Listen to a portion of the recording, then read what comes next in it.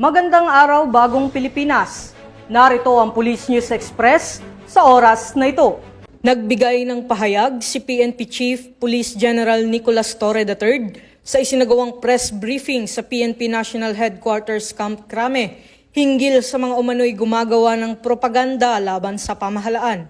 Sa kanyang mensahe, kinwestiyon ni Police General Torre ang integridad ng mga nasa likod ng propaganda laban sa pamahalaan, lalo na't humihiling pa ang mga ito ng formal na investigasyon, ngunit kalaunan ay kumakapit sa kanilang right to remain silent at right against self-incrimination. Enablers din. If you are so proud of what you've done, if you think that what you did was the correct thing to do, why is it now that when you are asked in a formal investigation, bigla na lang mag-right to remain silent at mag-right against self-incrimination kayo?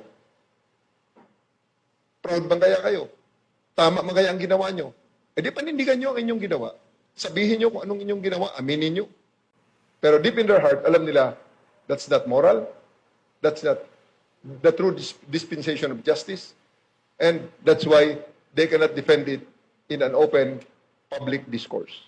Ang nasabing pahayag ay bahagi ng patuloy na panawagan ng PNP na labanan ang maling impormasyon at propaganda na naglalayong pahinain ang tiwala ng publiko sa pamahalaan at mga institusyon nito. Muling iginiit ni Police General Torre ang kahalagahan ng katotohanan, pananagutan at tapat na pag-uulat sa publiko upang mapanatili ang kapayapaan at kaayusan sa bansa. At para sa iba pang napapanahong balitang pampulisya, laging tumuto sa Police News Network.